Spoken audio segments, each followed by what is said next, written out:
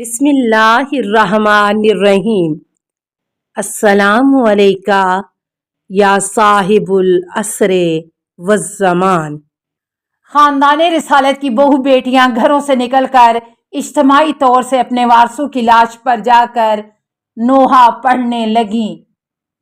ترجمہ لہوف صفحہ 130 تا 131۔ نقل روایت ہے کہ امام علیہ السلام کا پیرہن لے لیا گیا۔ جب آپ کے جسم پر زخموں کو شمار کیا گیا تو 100 سے زیادہ تیروں، نیزوں اور تلواروں کے زخم سے سوراخ تھے، اور امام جعفر صادق علیہ السلام سے روایت ہے کہ آپ کے پیرہن پر 33-34 تلواروں کے زخم دیکھے گئے۔ مشیر الاذان ابن نما صفحہ 55۔ یہ بھی روایت ہے کہ جس وقت لوٹنے کے لیے دشمنوں نے خیام میں ہجوم کیا تو عاتکہ بنت مسلم جس کی عمر 7 سال تھی ان کے سمو تلے آ کر شہید ہو گئیں۔ مالی السبتین جلد 2 صفحہ 227۔ اور روایات میں ہے کہ امام حسین علیہ السلام کی دختر ام کلثوم کے کانوں سے گوشوارے اس طرح کھینچے گئے کہ زخمی ہو گئیں۔ بہار الانوار جلد 45 صفحہ 60۔ سنگ دل دشمن کی منطق۔ عبداللہ بن حسن کہتے ہیں کہ میری مادر گرامی فاطمہ بنت الحسین نے بیان کیا کہ میں کربلا میں خرد سال تھی، میرے پاؤں میں سونے کی خلخال تھی، میں اہل حرم کے ساتھ خیمے میں تھی، اچانک لوگ لوٹنے کے لیے خیموں میں درانہ چلے آئے، ایک شخص میری طرف بڑھا اور میرے پیروں سے خلخال اتارنے لگا، وہ اسی حال میں رو رہا تھا، میں نے اس سے پوچھا تو روتا کیوں ہے؟ کہنے لگا میں کیسے نہ روؤں جبکہ رسول خدا صلی اللہ علیہ وسلم کا زیور چھین رہا ہوں۔ میں نے کہا پھر مجھے چھوڑ دے اور میرا زیور مت لے۔ کہنے لگا ڈرتا ہوں کہ اگر میں نہ چھینوں گا تو میرے علاوہ دوسرا کوئی اس زیور کو چھین لے گا، اسی منطق سے میری خلخال لے گیا۔ میری مادر گرامی نے مزید بیان کیا کہ جو کچھ خیموں میں تھا سب لوٹ لے گئے، یہاں تک کہ خواتین کی کمر میں بندھی ہوئی چادریں بھی لوٹ لے گئے۔ امالی الصدوق مجلس 31 بہار جلد 45 صفحہ 45۔ زینب کبریٰ کا بیان۔ جناب زینب عالیہ نے فرمایا کہ میں خیمے کے گوشے میں کھڑی تھی، ناگاہ ایک نیلی آنکھ والا خیمے میں آیا، وہ خولی تھا، جو کچھ اس نے خیمے میں پایا لوٹ لیا۔ امام سجاد علیہ السلام ایک کھال کے فرش پر سوئے ہوئے تھے، اس نے وہ کھال اس طرح گھسیٹی کہ امام سجاد علیہ السلام منہ کے بل زمین پر گر پڑے، پھر میری طرف رخ کیا، میرا مکھنا چھین لیا، میرے کانوں سے گوشوارے اس طرح نوچے کہ کانوں کی لویں پھٹ گئیں اور وہ اسی حال میں روتا جاتا تھا۔ میں نے کہا تو لوٹ رہا ہے اور اسی حال میں رو بھی رہا ہے؟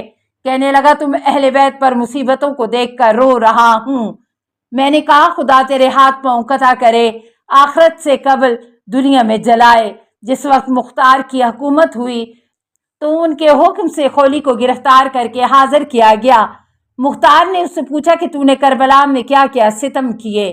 جواب دیا میں نے علی بن الحسین امام سجاد علیہ السلام کے خیمے میں جا کر ان کا بستر اور جناب زینب عالیہ کا گوشوارہ چھین لیا۔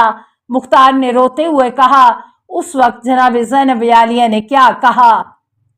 منتخب تریحی الوقائع خیابانی صفحہ 177۔ خولی نے جواب دیا انہوں نے کہا کہ خدا تیرے ہاتھ پاؤں قطع کرے اور تجھے آخرت سے پہلے دنیا میں جلائے۔ مختار نے کہا خدا کی قسم ان کا چاہا میں پورا کروں گا۔ اس وقت حکم دیا کہ خولی کے ہاتھ پاؤں کاٹ ڈالے جائیں اور اسے آگ میں جھونک دیا جائے۔ منتخب تریحی الوقائع خیابانی صفحہ 170۔ فاطمہ صغریٰ کا جگر خراش بیان۔ علامہ مجلسی فرماتے ہیں کہ میں نے بعض کتابوں میں دیکھا ہے کہ فاطمہ صغریٰ بنت امام حسین علیہ السلام کا بیان ہے کہ میں خیمے کے گوشے میں کھڑی اپنے بابا اور شہداء کی پارا پارا جسموں کو دیکھ رہی تھی، اتنے میں سواروں نے آ کر لاشوں پر گھوڑے دوڑا دیے۔